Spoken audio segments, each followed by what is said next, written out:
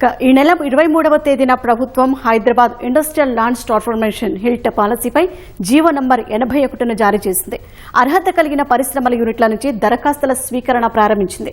Core urban region క్యూడ్ పరిధిలోని 21 industrial పార్కులలో ఉన్న కాలుష్యకారక పరిశ్రమలను బయటకు తరలించాలన్నది ప్రభుత్వ ఉద్దేశం. దీనికి పారిశ్రామికవేత్తలు సానుకూలంగానే ఉన్నా తమకు కొన్ని డిమాండ్లు ఉన్నాయని వాటిని ప్రభుత్వం పరిగణలోకి తీసుకోవాలంటున్నారు. పారిశ్రామికవేత్తల షరతులేంటి, ఎలాంటి సౌకర్యాలు కల్పిస్తే వారు తరలి వెళ్లేందుకు సుముఖత చూపుతారు తదితర అంశాలపై మా ప్రతినిధి ప్రశాంత్ అందిస్తున్న గ్రౌండ్ రిపోర్ట్. రాష్ట్ర ప్రభుత్వం నగరంలో పొల్యూషన్ తగ్గించడం కోసం అని చెప్పేసి ఎంతో ప్రతిష్టాత్మకంగా హిల్ట్ పాలసీ తీసుకొచ్చింది. దీని ద్వారా మహానగరంగా చెప్పుకునే హైదరాబాద్లో ఉన్నటువంటి ఇండస్ట్రీస్ని ఔటర్ రింగ్ రోడ్ బయటికి తీసుకెళ్లేందుకు దానికోసం కసరత్తులు చేస్తుంది.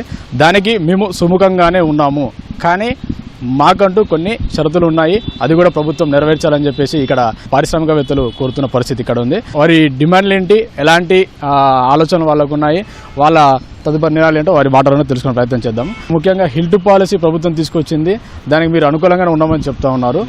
సో చెప్పండి, మీ ఆలోచన ఏంటి? మాదేమనంటే బేసిక్గా కన్వర్షన్ కాస్ట్ 30% ఉండేది 10% చేయమని రిక్వెస్ట్ చేస్తున్నాము. ఎందుకు 10% అంటే ఇప్పుడు ఉండే రన్నింగ్ ఇండస్ట్రీ ఇంకో చోట షిఫ్ట్ చేయడానికి అక్కడ షెడ్ వేసుకోవాలి, మిషనరీ షిఫ్ట్ చేసుకోవాలి, కొత్త పవర్లు వేయాలి, ఇన్స్టాలేషన్ కాస్ట్ అయితే ఈ టోటల్ కాస్ట్ చూస్తే ఇక్కడ ఉండే ల్యాండ్ ఎస్కలేషన్ కాస్ట్ కన్నా 33% కానీ 4% ఎస్కలేషన్ కాస్ట్ కన్నా ఆ కాస్ట్ ఎక్కువ అవుతున్నాయి. మిషనరీ షిఫ్టింగ్లోను, ఫౌండేషన్ కాస్ట్లోను, న్యూ షెడ్ వేసేసి దానికి ఇక్కడ షెడ్ని ఓల్డ్ షెడ్ని అక్కడ తీసుకోలేము, ఎందుకంటే మిషనరీ ఇవంతా కూడా 6 months 2 months బయట పెట్టలేము మేము. దీనివల్ల మా రిక్వెస్ట్ ఏంటంటే 30% నుంచి 10%కి పెట్టండి, that will be reasonable amount.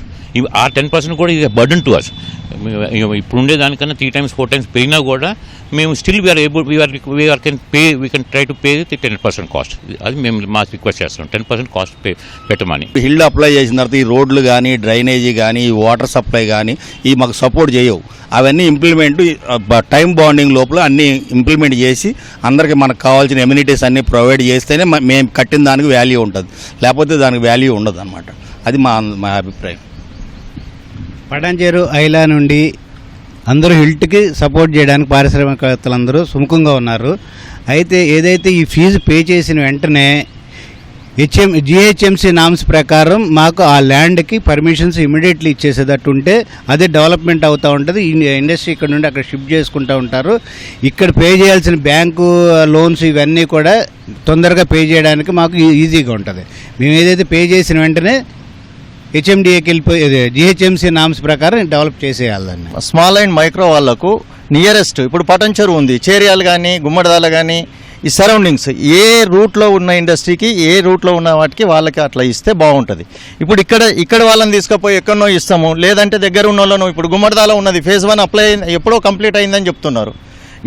Implement చేసే ముందు ఈ మైక్రో అండ్ స్మాల్ వాళ్ళను ప్రయారిటీ ఇచ్చి వీళ్ళని షిఫ్ట్ చేసినాక మిగిలితే వేరే వాళ్ళకి ఇవన్నీ ఇప్పుడు ఇచ్చేదన్నీ గోడౌన్లకు కమర్షియల్గా ఇస్తున్నారు. ఉన్నోళ్ళు ఒక్కొక్కడు 5 ఎకరాలు 6 ఎకరాలు తీసుకొని గోడౌన్లు చేసుకునే ప్రాసెస్లో ఉన్నారు.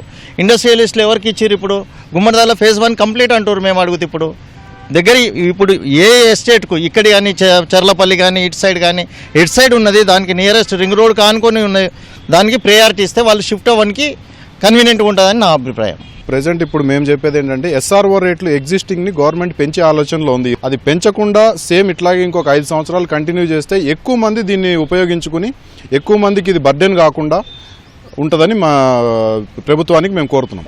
కొత్త ఇండస్ట్రీ పెట్టాలంటే మళ్ళీ విద్యుత్ సమస్య అనేది ఒకటి ఏర్పడుతుంది. ఈ విద్యుత్ని ఏ విధంగా అక్కడ ట్రాన్స్ఫార్మ్ చేస్తారు, దానికి ఉన్న సమస్యలు ఏంటి, దాని మీద మాకేమన్నా బెనిఫిట్ అంటే ఎటువంటి ఫీజులు లేకుండా ఏమైనా ఇస్తారా అనే దాని మీద కూడా మాకు క్లారిటీ వస్తే మాకు కూడా తరలించడానికి చాలా ఇదిగా ఉంటుంది అన్నమాట. అంతే, మెయిన్ సమస్య విద్యుత్. అది పరిశ్రమకి వెన్నుముక లాంటిది విద్యుత్ అనేది. విద్యుత్ లేకపోతే ఏం చేయలేం కదా. అందుకోసం దాని మీద ఇక్కడి నుంచి ఉన్న మా ఏదైతే కెపాసిటీ ఉందో ఆ కెపాసిటీని అక్కడ తదనుగుణంగా తరలిస్తారా, ఏం చేయాలనేది కొంచెం క్లారిటీ ఇచ్చేస్తే, ఏ ఫీజులు లేకుండా ఇస్తే సంతోషంగా ఉంటుందని మేము అనుకుంటున్నాం అన్నమాట. గవర్నమెంట్ ఇప్పుడు ఏదైతే రింగ్ రోడ్ అవతల షిఫ్ట్ చేయాలనుకుంటున్నారో we are always welcoming that. But ఏంటంటే incentives, because relocating from one place to the other place is not that easy. So దానికి what is that government what incentives they are going to provide అనేది కావాలి. ప్రభుత్వ నిర్ణయానికి తాము కట్టుబడి ఉంటామని చెప్పేసి, కాకపోతే ప్రభుత్వం నుంచి కొన్ని స్పష్టమైన హామీలు కావాలని చెప్పేసి వారు చెప్తున్నారు. ఇక్కడ నుంచి మేము షిఫ్ట్ అయిన తర్వాత కూడా ప్రభుత్వం కొన్ని సౌకర్యాలు తమకు కల్పించినట్టయితే తాము సుముఖత వ్యక్తం చేస్తున్నామని ఇక్కడ వారు చెప్తున్న పరిస్థితి ఉంది. కెమెరామెన్ ఉమామహేశ్వరరావుతో ప్రశాంత్, ఈటీవీ న్యూస్, సంగారెడ్డి.